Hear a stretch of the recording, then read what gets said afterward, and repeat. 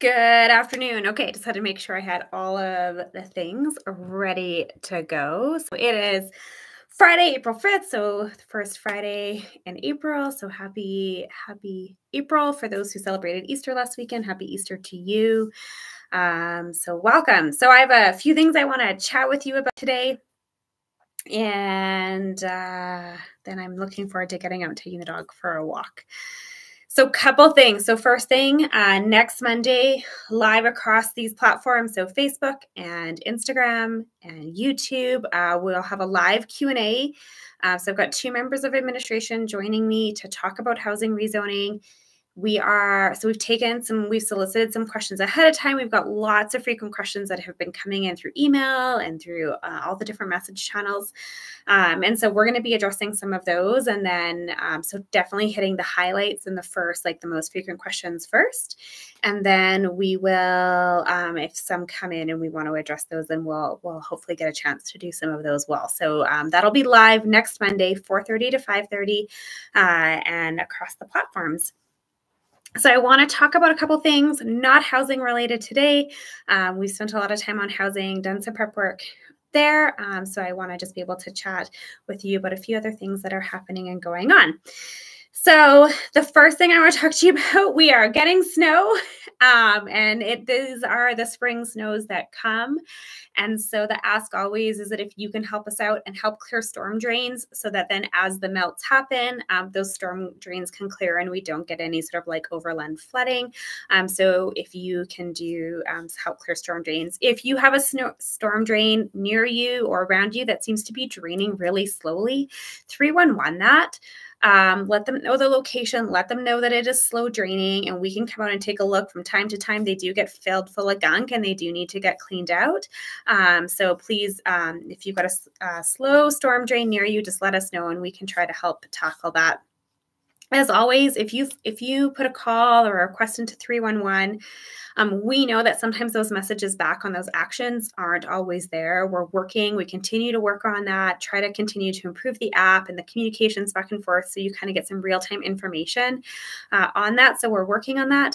If you ever do have questions, just take note of that SR number. So SR is the service request number. If you are emailing us about it, and we can try to follow up and figure out what's happening. But just give it a little bit of time. This is the time of the year with a lot of snow and a lot of melt. That we do tend to get a lot of requests. And I would be remiss to say, if you are out enjoying and you are down near the water, so whether you are in storm ponds, down by the river or the reservoir, please, please, please stay off the ice. This is the time of the year. The ice is so fragile. So please, please stay off the ice. It is not safe to be on there at all as we go through this melt. Otherwise, I do encourage you to go out and enjoy the parks with your rubber boots or your waterproof shoes, because it is mucky and muddy out there as I've been walking the dog all week. So, but it is going to be lovely. So get out there. And the robins are back, the gulls are back, so spring is definitely here. So storm drains covered, Monday Live covered. I want to talk about a new initiative that Mobility is helping put out, trying to engage some youth across the city on a travel safe video contest. And so we are asking youth to create a video. So knowing that youth are very captured by video, probably as I speak, both of my two kids are, they're getting their device time on those shorts, on those videos. So we're asking youth to create travel safe videos. And that can be walking, that can be wheeling, that can be transit. If you're a new driver, you could talk about it as a new driver. So we're just asking youth to sort of get engaged and be part. And I love youth civic literacy. I love youth engagement in the things that we do. So I'm super excited that Mobility has put out this initiative and is asking youth to like contribute in ways. And so one, raising awareness on safe travel, that is road crossings, that is taking transit, all those different initiatives, being aware of your surroundings, especially, right, youth heads down in their phones, so being aware of your surroundings. So really and then speaking to each other. So I really like that. So that is the Travel Safe Video Contest. We'll put the link definitely on Facebook. I put the link in Instagram and my stories a little bit earlier today, and we'll keep sharing that out. So if you have a youth in your household, so we're talking like 12 to 18, please get out. This is the one time I guess maybe you can encourage them to use their device to do something creative. So I get it as a parent. it is, devices are an interesting battle. I will say that devices are an interesting battle. So that's the Travel Safe video contest. And so really excited about that. And I'm also excited to see what the kids do and how they think creatively. So it's very similar to the Minecraft challenge that we do where we engage younger students. This is a great thing. Okay, so the big thing I want to talk about today, and I don't have all the answers, but we're going to keep working on it,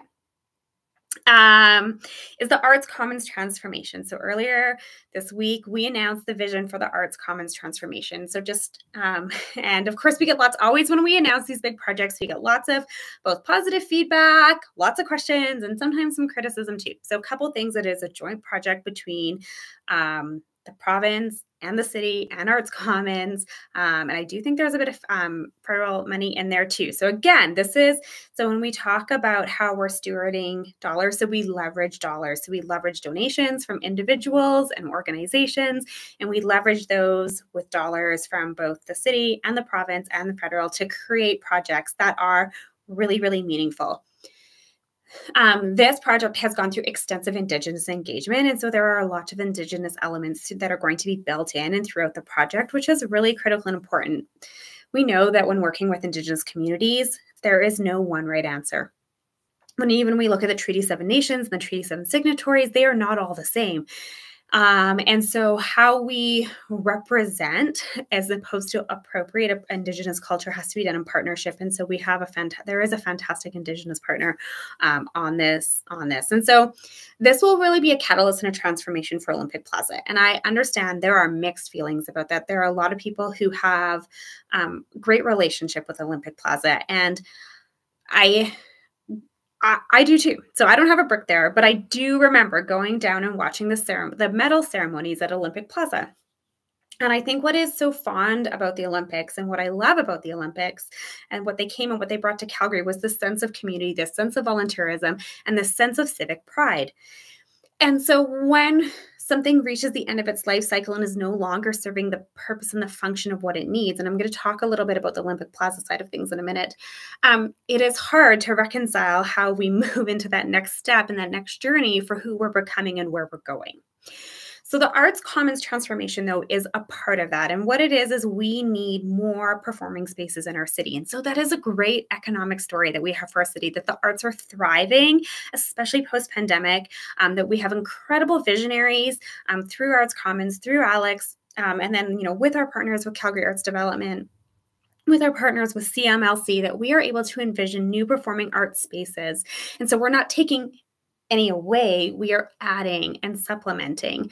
And we're creating new spaces with the greatest and latest technologies and innovations. So the floor, so the main theater space there will seat about 1,000 people. So there's a stage, but the where the seats are, the risers, they can shift and change and become different levels, but at the flick of a switch. So rather than manpower now, we have technology, and it can become a massive, if you look at some of the images, a great big dance floor and a party place. And there's a great big lobby, and then thinking about opening onto that plaza space.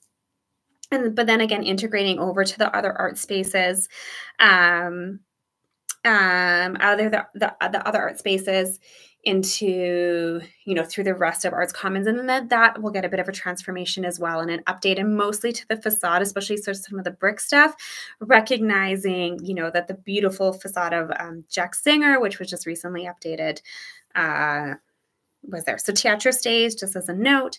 And then, of course, the Glenbow is getting that great physical transformation as well, and interior transformation as well, which is going really, really well. I'm very excited about the Glenbow as well. So Calgary's at this we're growing as a city, both in population, but also sort of an expansive mindset of who we're becoming and where we're going, and all the things that we're embracing as a community, as a growing big city. And it's really exciting because a lot of things are transforming. We're about to open the BMO. We're going to eventually get a new event center. We're transforming Arts Commons. Glenbow is getting a renovation. We continue to develop on the East Village. We're rethinking Rivers District. I know that Fort Calgary has stuff coming down. We're investing in our library spaces. So this is these are big things. Like this is a city that's like experiencing a lot of growth and people want to come and see it and experience it. And that's a really cool story.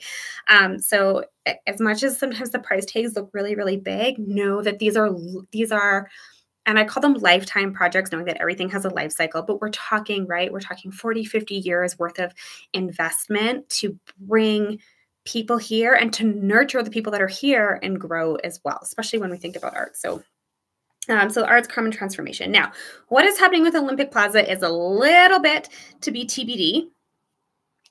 So we don't fully know yet. We know it functions as a festival space right now, but we actually know that the festivals that are using it, so a lot of the ethnocultural festivals, they are actually outgrowing that space. It's a little bit constrained and it's a little bit challenging. So the stage space that exists is actually not big enough, and we're not able to put enough of like the newest, latest, and greatest technologies there for actually these arts and cultural festivals and the ethnocultural festivals to host there. So we know we have work to do there in order to actually create a better festival experience.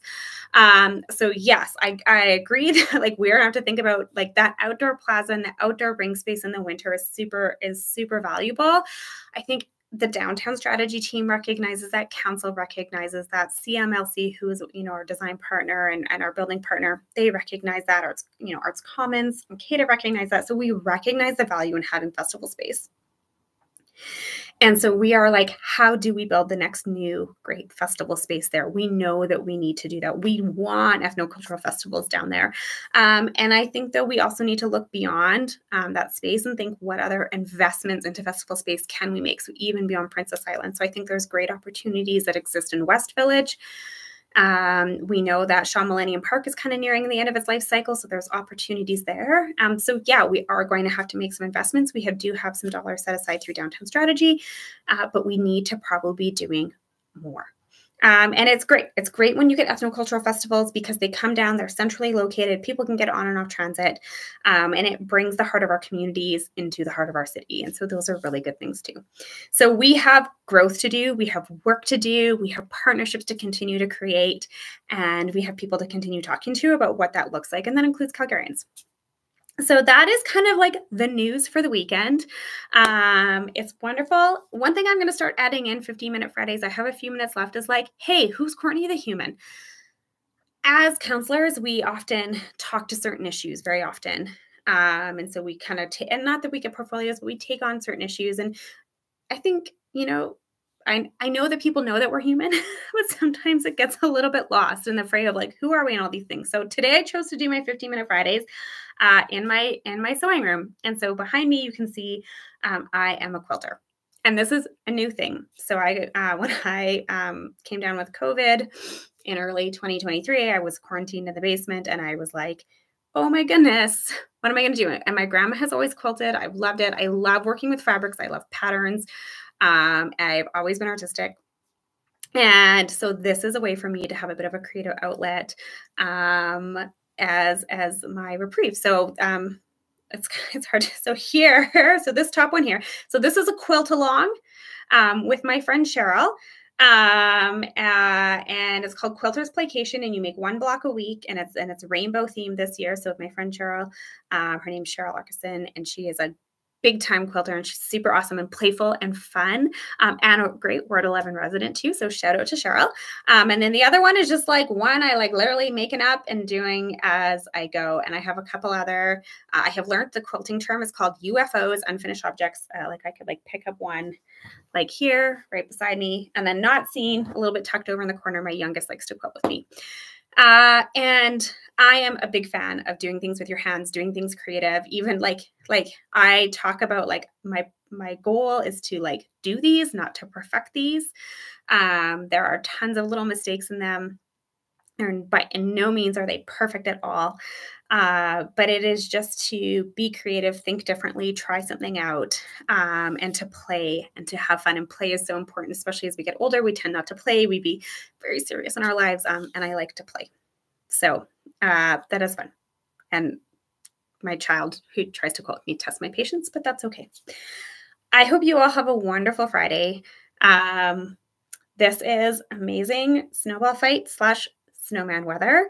So that is a great way for you to go have fun and play this weekend before it all melts away. I wish you all the best. Have a great one.